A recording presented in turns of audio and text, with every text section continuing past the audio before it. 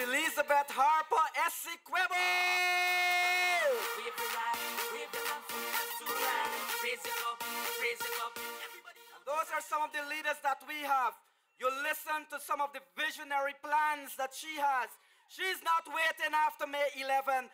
That is our next Prime Minister of Guyana, ladies and gentlemen. wave the lamp from left to right.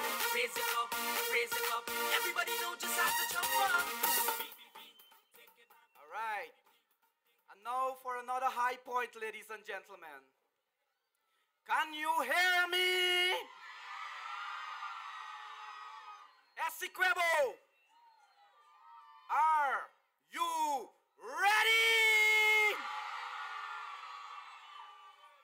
It's time for another PPPC victory! Fly, wave the rag, wave the lamp from left to right. Raise it up, raise it up. Everybody know just how to jump up. PPP, take it back. PPP, take it back. PPP, take Oh it back. Lord, feel the energy in this place! The flag, wave the rag, wave the lamp from left to right. Raise it up, raise it up. Everybody know just how to jump up. Uncle Moses and Uncle Granger, dribble! Wave the rag, wave the lamp from left to right. Even as Joey Jagan sharing Granger's pie. Take it back. Yeah, he's sharing pie. All right. Take it back. PPP, take it back.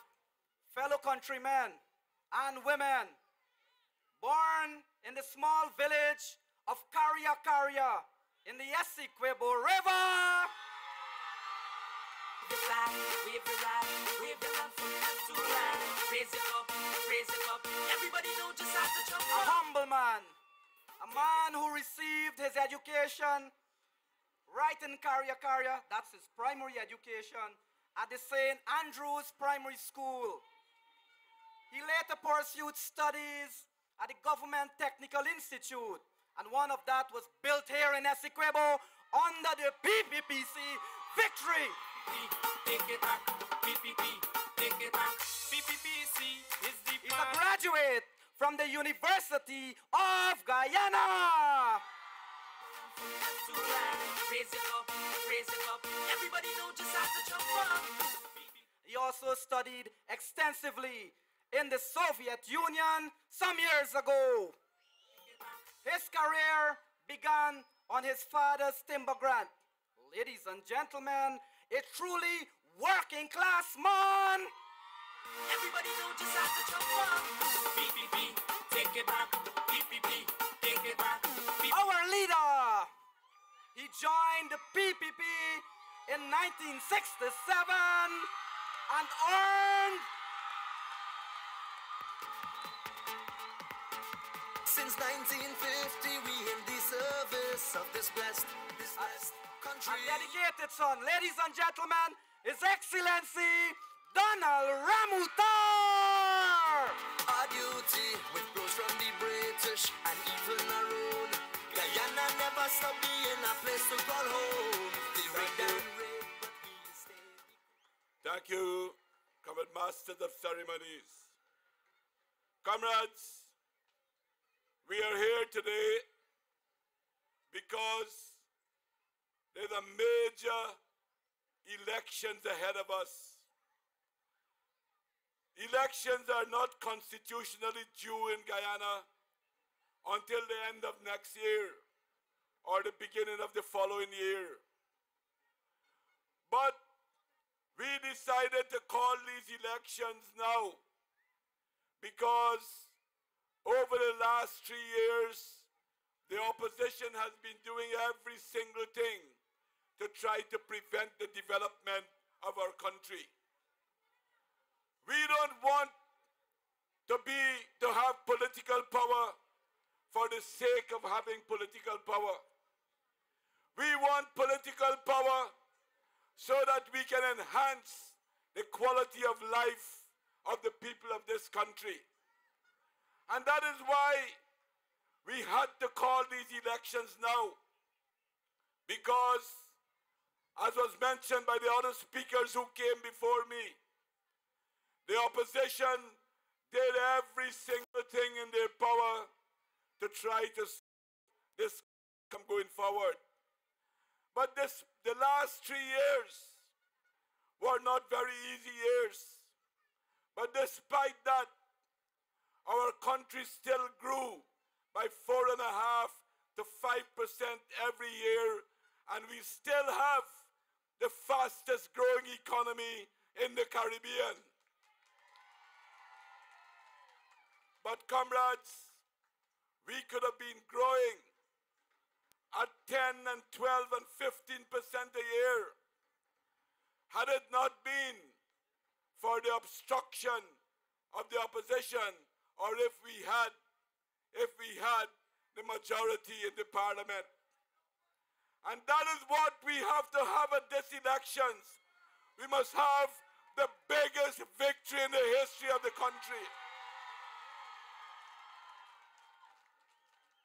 Comrades, you know what this country was like before the PPP took office.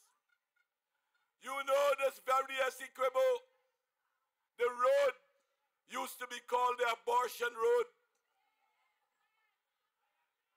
It was in ruins, and that was a reflection of the whole country, what was happening in Guyana. Then we were described as the poorest country in the Western Hemisphere. We had a huge debt. The debt, according to Greenwich, the man they want to impose on you again. According to him, we have it in writing, his affidavit, when he said that the debt that the country had was 925% of the GDP, meaning it was 9.25 times bigger than our economy. And to pay back those debt, that debt, we were paying back 153% of our revenue. That is what Greenwich said. It means that we had reached a stage in our country where we were borrowing to pay debts. You know what it is today? The debt, we brought it down from 925% of GDP to 60% of the GDP today. That is what we've done. Moreover, the debt payment, we brought it down from 153%, 153% of the revenue, to now 4% of our revenue. 4% of our revenue. When we got in office, the World Bank said that 80% of the people of our country were living in absolute poverty. Today, it is less than 30%. That is what we brought to Guyana. That is the economic management that we brought to this country. But comrades, the opposition continue to try to stop our development. So these elections are about your future, the future of your country. And we know that we are working steadily to improve the future of Guyana. You heard the comrades just now pointing out to you that the important projects that they've got. In fact, let me tell you this, that not one single day in the last 3 years did they use their one-seat majority in the parliament to ask us to do more for you. Never did they ask us to build more schools, or build more hospitals, or more roads. Never.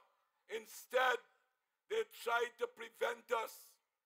They cut the budget. Cut the budget by more than $89 billion to stop us from spending that on you, the people of our country. That is what they did. comrades, but we will continue to persist. We know what our country needs to grow faster.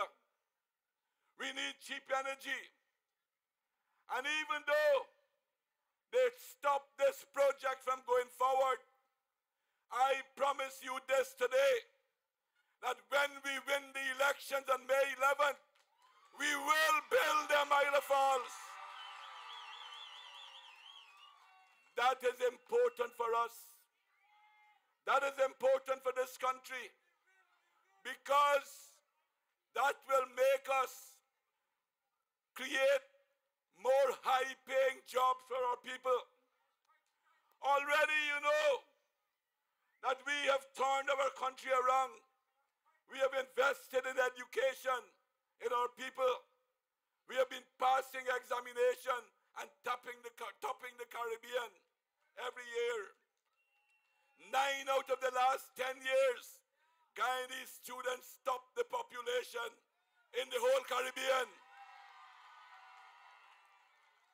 And in two of those years,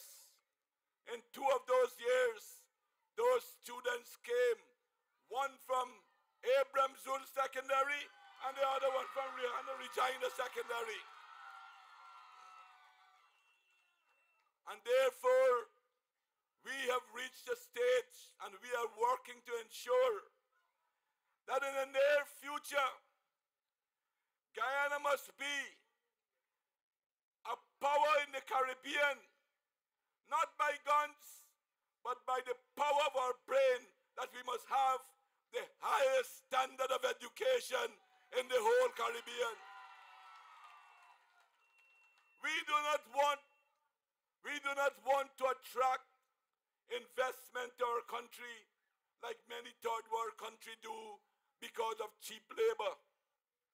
We want to attract them here because we will have a highly educated workforce, a highly educated and developed population, people capable of making things and creating things. And creating good jobs and cheap power, cheap hydropower will allow us to build an industrial sector and will allow us also to turn our agricultural products into agro-industrial products. Already, we are setting the stage for that. Only a few weeks ago, I came here with Minister Irfan Ali, and we turned the sod to build a new factory that will add value to your rice, and we will begin to produce breakfast cereal from our rice here. That is only the beginning. That is only the beginning of the investment we want to make here to ensure that the brilliant students, the workers, the young workers who are now more educated than their parents were, that they will not have to leave Essequibo to go searching for jobs in Georgetown. But they will be able, we are building the foundations now, that they can be right home here in Essequibo and build a solid future for themselves. And we have to compete with the rest of the world. And you know, now, information and communication technology is playing a bigger and bigger role. That is why we started with a one laptop per family program to ensure that no family, regardless of their economic circumstances, would be disadvantaged because of their circumstances. And they all will have equal opportunity. Equal opportunity they will have to compete with those in the rest of the world. And we have reached the science and technology has reached such a stage where those things are possible. And that is the investment that we are putting into our country at the moment. That is the kind of investment that we are making to ensure that we make progress. Comrades, we have we have already built back the infrastructure that was destroyed by the PNC. We have moved our country now from being a heavily indebted poor country to now being described as a middle-income developing country. But we can go to higher levels, and that is why we are putting in the infrastructure in place now to take us in that direction. The new information technology. When we were in India, myself and Elizabeth Harper, when we were in India, we had a meeting with Prime Minister Modi. And you know, India is a powerhouse in information technology. And he will build right in Guyana, right in our country. We will build a world-class, cutting-edge ICT park right in Guyana to be the headquarters of the Caribbean and South America. And we will ensure that in every region we have those mini parks all over so that all our people will be able to benefit and acquire the skills that are needed. Comrades,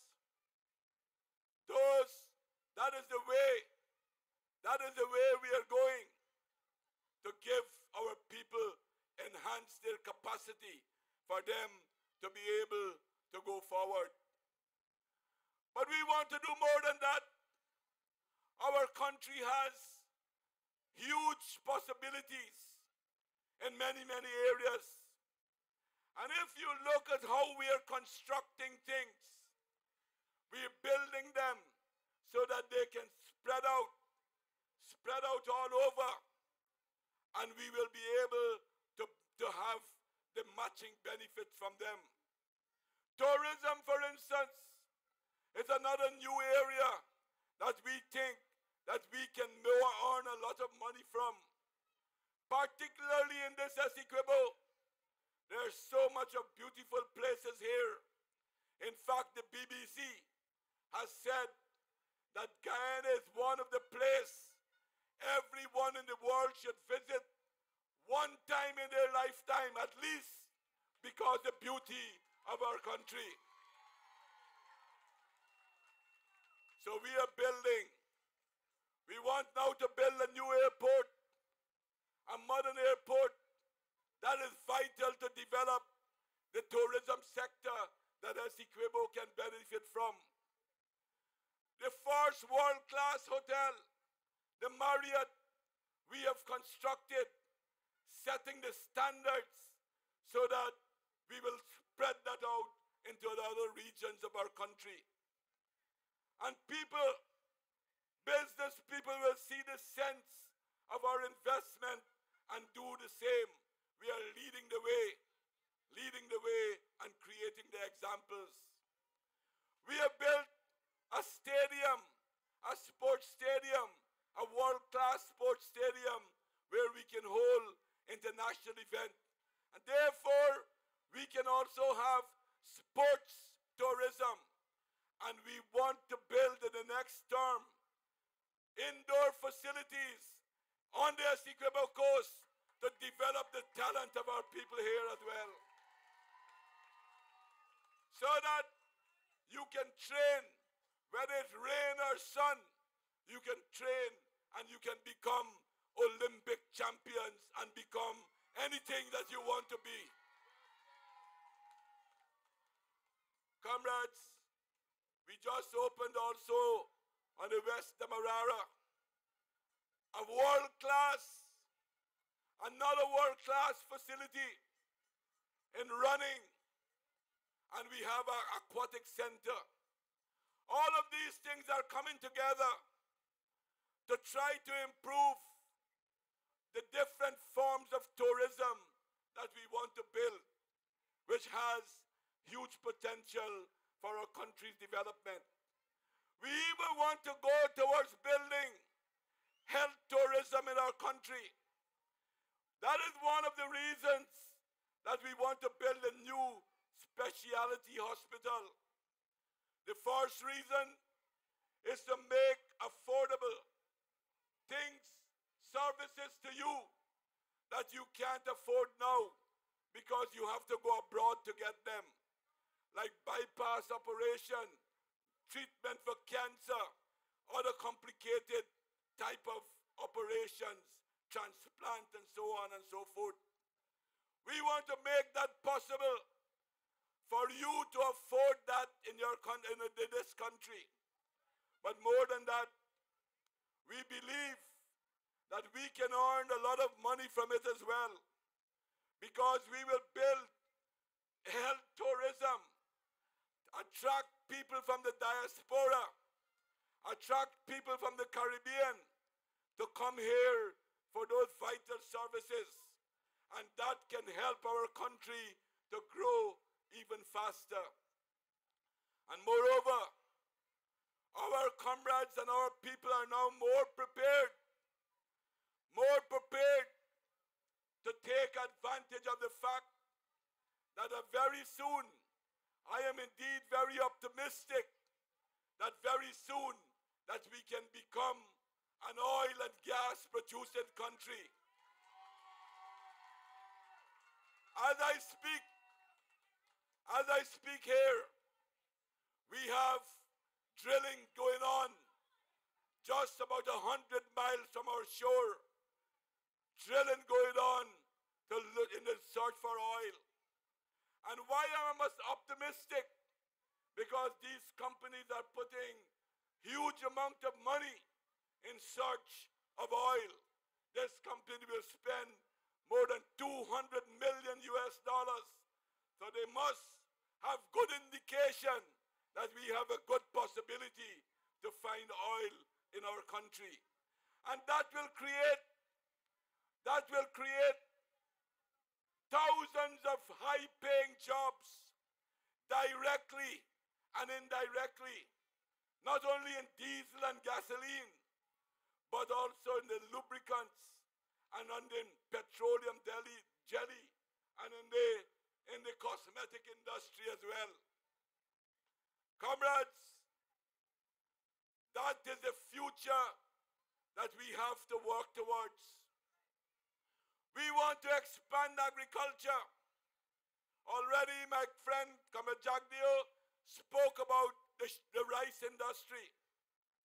And let me just reiterate that we will put in place price mechanisms, price support mechanisms to ensure that we cushion any low prices from abroad.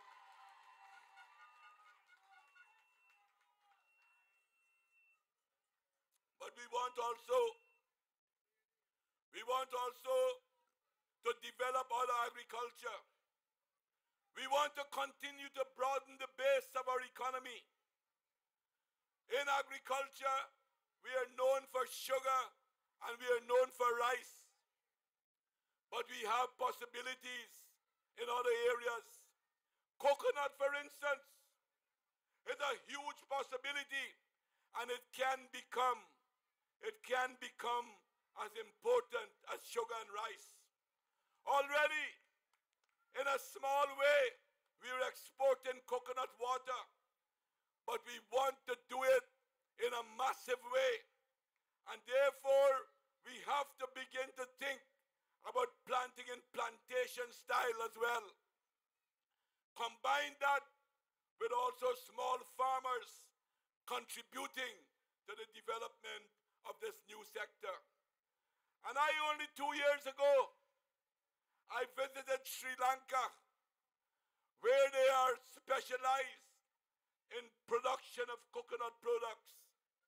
And they make all kinds of things from coconut. From soap to houses from coconut. And we see what possibilities we have in that industry. Comrades, even this water that you have here has contribution from the coconut industry in it. To clear it, you have to filter it. Or to trap gold, you have to also use carbon to trap gold. And you filter this water with carbon. Where do you think the carbon come from? The carbon is coconut shell. Come from the coconut shell. And we import that from Sri Lanka. We import that from Sri Lanka. So you see what possibilities we have. But we also can grow soya bean, and we can also grow corn in our country. And that will help us to make a big livestock industry, produce and improve on our food quality, and be able not only to satisfy our own needs, but help us to export to the Caribbean. Right now, the Caribbean import every year $4 billion in food. Every year, we can take a large part of that market and our people can have a better life. But comrades, what is it that is standing between these things happening? What is standing between that is an opposition that is totally anti-developmental. An opposition who see it as their mission to destroy. Not only did they burn the city down after 1992 and 1997 elections, but now they're trying to use their one-seat majority for economic sabotage. Let me tell you this. You heard a lot about the anti-money laundering bill and countering the financing of terrorism.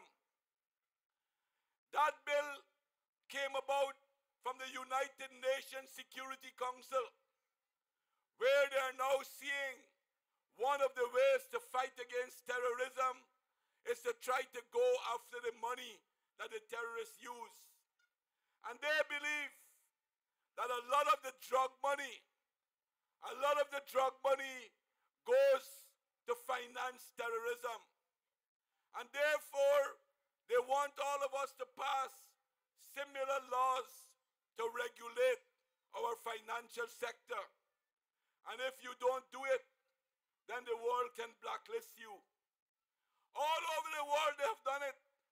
In Belize, where they had a similar situation like Guyana, the opposition supported the government and passed the bill. And in his speech, the Prime Minister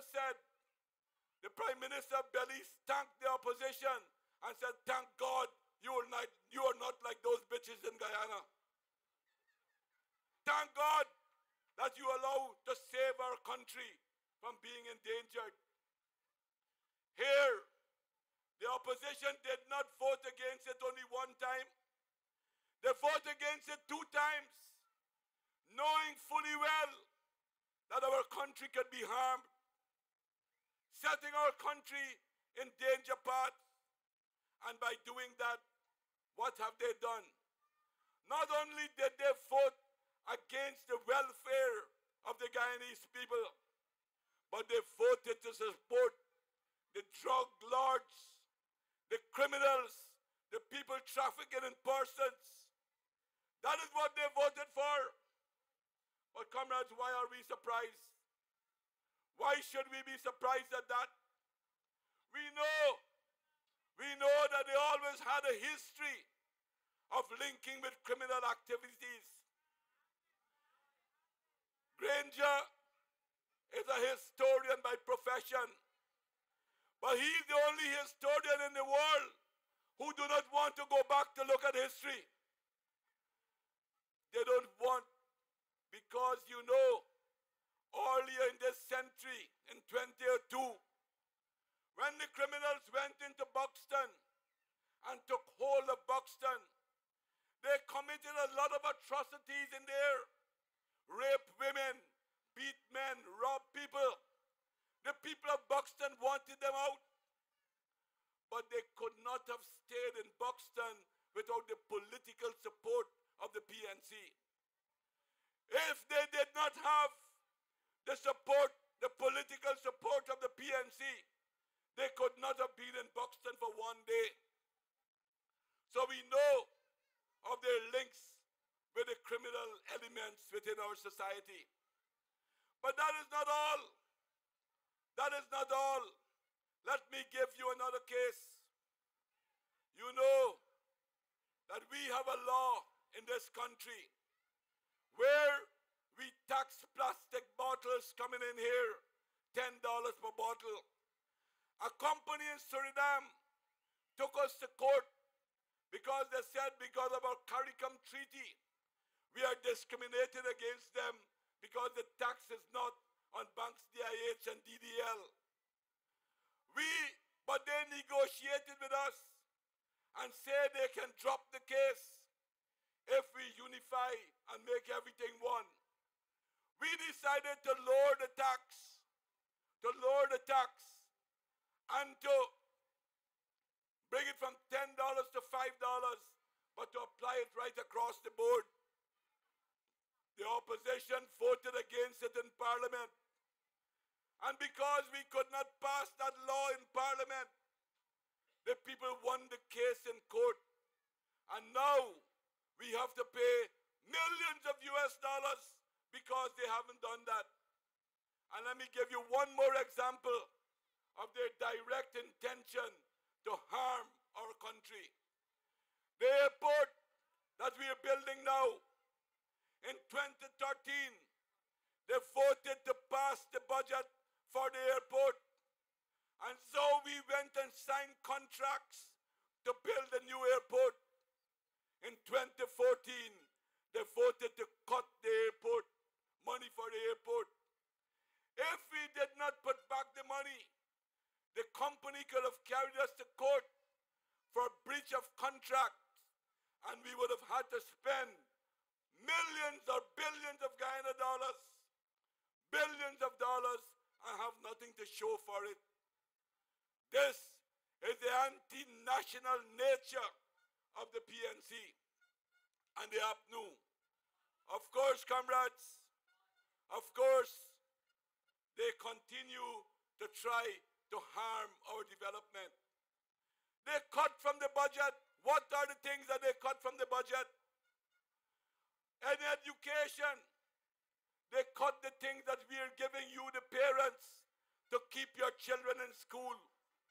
The fact that we are buying textbooks for your children, exercise books for your children, that also helps you to save in your income and keep the cost of living down. And last year, we were giving you $10,000 for every child you had in school, from kindergarten right up to secondary school. But comrades, did you know that that was one of the things they cut from the budget? If we did not put it back, we could not have given you that assistance to keep your children in school. Those are the things. They cut the Amerindian Development Fund. They neglected the Amerindian community when they were in government. They had no schools. They had practically no schools there. Now we're building secondary schools with dormitories to give them equal opportunity and give them a possibility of coming out of poverty. We provided health services, and now we're helping to build the village economy by providing tractors and trailers, transportation, even the solar panel that we distribute in the Amerindian communities, they cut that from the budget too. We had to put it back for them to have that. And they cut the whole developmental budget where we had to buy all of those things. Clearly, Clearly, they were trying their best to prevent you from improving your economic and social welfare. That is why it is important that we go back to these elections now. We have to go back to these elections to prevent them from stymieing our development and stymieing our progress. Comrades, that is all that they have been doing. Doing everything to try to ensure that our positions are not very well met. But we, of course, we stand on our record, because these elections are about records as well. We stand on our record of achievement. We have delivered to you, help you in having better housing, more water, better health services, more services for you. Those are the records that we stand on. The opposition cannot compete with that. They cannot compete with that. So they now start to talk about slandering and lying. Slandering and lying people at every stage of the development of our society. Comrades, we have seen them in their full cry. We have seen them in their double standards. Because elections too is not only about our policies and program, that is most important, but also it's about the character of the people we have to deal with.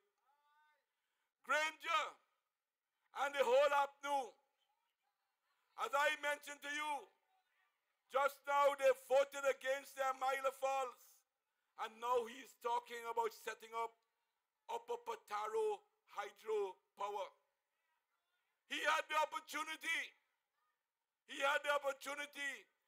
he had supported this, we would have been halfway in constructing this power station. He said they voted against the assistance that we give to the sugar industry. Last year, we gave $6 billion to the sugar industry because the sugar industry has to be restructured because of the new international situation that we have. He voted against it. And here now, when not only did he vote against it, but his party at a press conference, they said that we should stop planting sugar and mine tilapia. That is what they said. Comrades,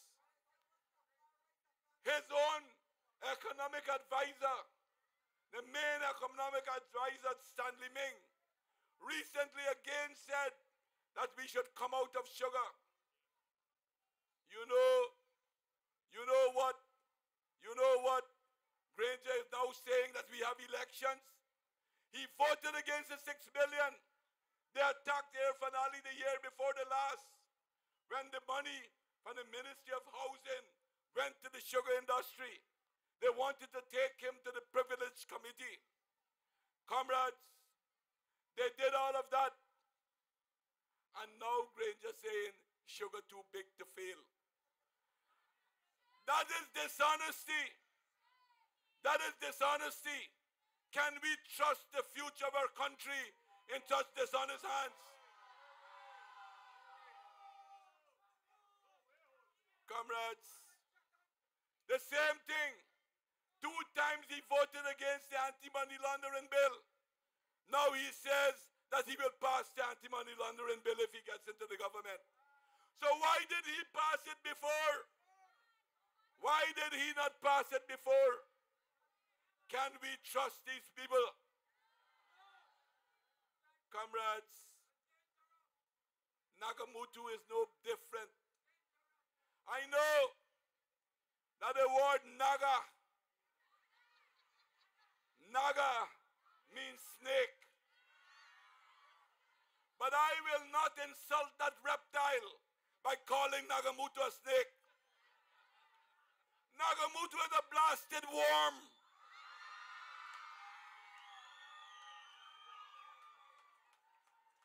He used to write about rigged elections.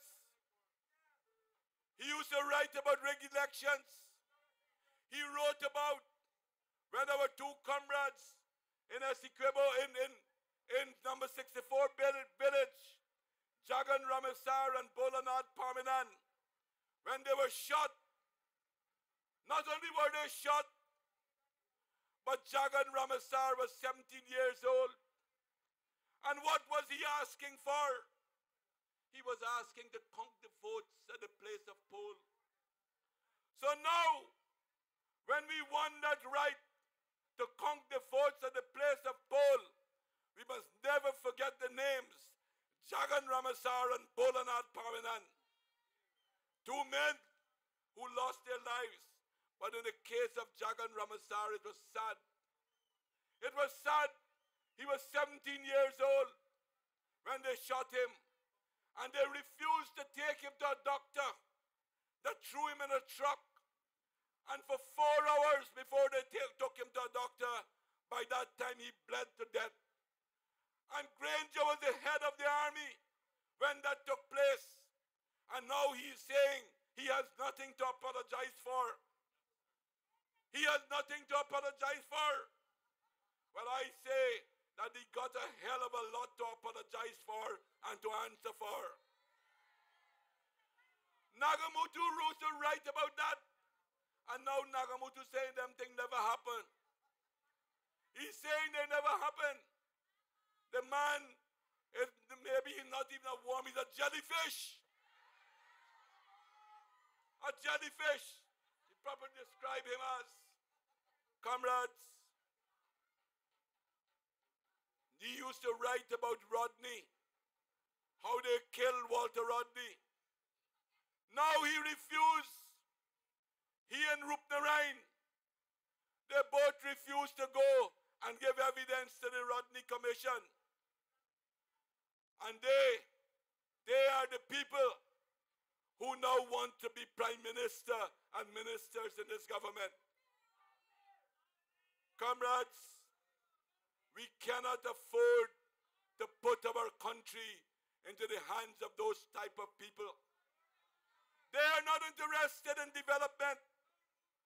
You must remember when they negotiated to have the coalition or the marriage, as Rohi called them, the honeymooning couple.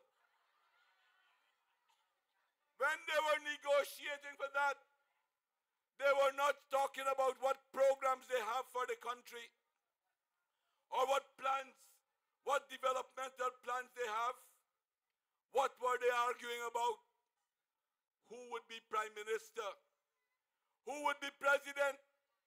Who would be the minister of finance? And they want 4 vice presidents. Nagamutu, the biggest country in the world, the United States, they got 1 vice president. Nagamutu want 4. 4 they want. Comrades, these people want power for the sake of having power. They want power to use it to oppress people, to lord it over them. You remember they want you to go to them for everything. For instance, you remember the case of one minister. I won't call his name because he's not contesting elections, you know. One minister who was accused of rape or attempted rape because a woman had to go to his office for bag twine, rice bag twine. You got to go to them for. This is the kind of control they want on people. They want power for the sake of having power, not to try to use it to develop our country. And that, comrades, is dangerous. It's dangerous because it will lead to all kinds of atrocities as had happened in Guyana in the past. We must not forget that. We must not forget their record, and their record is one of destruction and destruction only. So, on May 11th, we cannot afford to gamble with our future. It is too important. It is too important to gamble with our future. In 1964, when Barnum became Prime Minister, he ditched the GAR. He ditched the coalition. The opposition now talking about unity. But how can you talk about unity and right here, this month, Monument Month, when a man like Damon belongs to all Guyana? He's a hero who fought against slavery. Look at what they did. Put their flags on his monument. The police should lock them up. Lock them up for this desecration that they have done here. How can they talk about unity? How can they talk about unity when look at their composition of their lists? Look at their crowds. There's not multi-ethnic, multiracial, multi-religious like ours. They have no intention. They only speak words. We are always being the party of change. We changed Guyana from being a poor, underdeveloped country to now being a middle-income developing country. And we have always shown the intellectual capacity and the nimbleness of our intellect that we change with the situation in the world and in our country. And we always work in favor and in the interests of our people. PPP is always the agent for change. All the others are farce. And we will continue to work to change Guyana for the better. We will work to build our country stronger. We have the foundation now. We have the foundation now in every step that we can go and we can take our country to higher levels. And that is why on May 11th I ask you to remember that the PPP stood by you for more than 65 years. They hate us. Some of them in the media, they hate us. Why do they hate us? They hate us because we have a love affair with you. That is why they hate us. You know, the Stabroek News. The Stabroek News, no matter what we do, they take a negative line. Look at how they reported when we just opened an iconic building in the Marriott, a building that the whole Guyana, every Guyanese should be proud of, a world-class hotel in our country. And let me tell you, comrades, I traveled fairly extensively. I'm not the most traveled person in the country, but I traveled a bit. And I can tell you, I stayed in many, many hotels. Some good ones and some pretty bad ones too.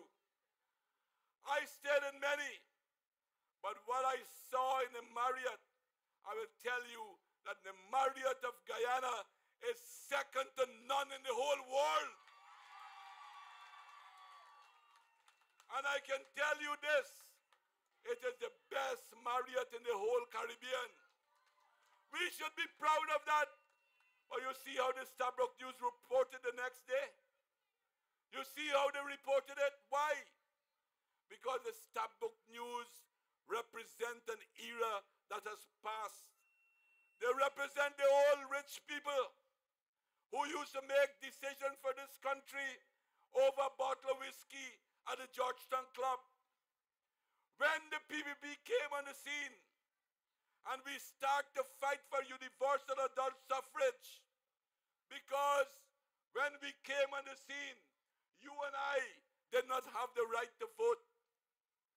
PPP fought for that. Chetty Jagan led that struggle.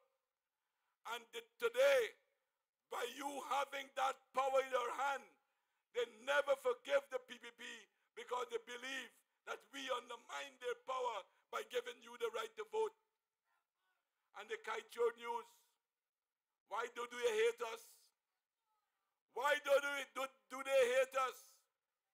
They hate us because they represent another class of rich people in this country. Those people who got rich when you could have gone to jail for having flour, bread, peas, potatoes, garlic, sardines, corned beef. If you had those things, you could have gone to jail. And there were people who were smuggling them in, bringing them in the country. And they got enormously rich. They now have a lot of money.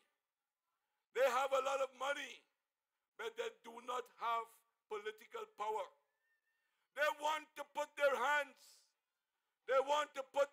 on the state so that they use it to continue to enrich themselves. They see us as an obstacle to their plans. That is why they never write anything good about us. That is why all you see is slander and more slander from them. But, comrades, you are very politically astute people.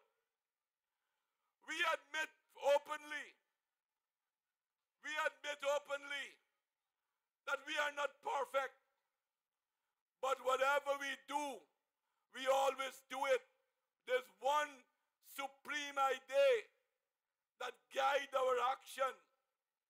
And that idea is that whatever we do, we must do it in the interest of our people and the interest of our country. And yes, we have made mistakes, and we will make mistakes in the future. But who doesn't make mistakes? Only fools who do nothing make no mistakes. But we are guided all the time by the welfare of our people. Why else would we have programs like one laptop? Why else will we be giving your students all their textbooks? Why else? We are one of the few countries, some of the richest countries in the world, do not have the fact that our healthcare system is open to anyone. Our public healthcare system is open to anyone who wants to access it. Those things do not exist in many, many rich countries in the world. Comrades, those are the things we must guard. We must protect our gates like the apple of our eye. We cannot afford to allow what happened in this country in 1964 to ever happen again. Because that will throw us back for a long, long period of time. And I ask you, the genuine party to make changes to take our country higher has always been and will forever be the People's Progressive Party Civic. And therefore, on May 11th, I want to ask you to be extra careful on that day. We have heard of occasions where some presiding officers, either by ignorance or deliberately, do not frank both ballots. You must ensure you look at them, and when you take your ballots to go and vote, make sure they stamp both of them. Because that is one of the ways they used to try to reject ballots, going for the PPP when they don't frank them. So keep an eye and ensure that both ballots are franked by the presiding officer before you take it and go to the booth. If you notice it, demand that they stamp your ballot, they frank your ballot. These elections are crucial, and they will determine the future of Guyana. And as I said, we stood by you.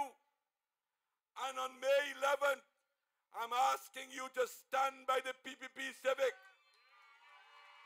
to stand by me, and let us have the biggest victory in the history of our country. Thank you very much for your attention.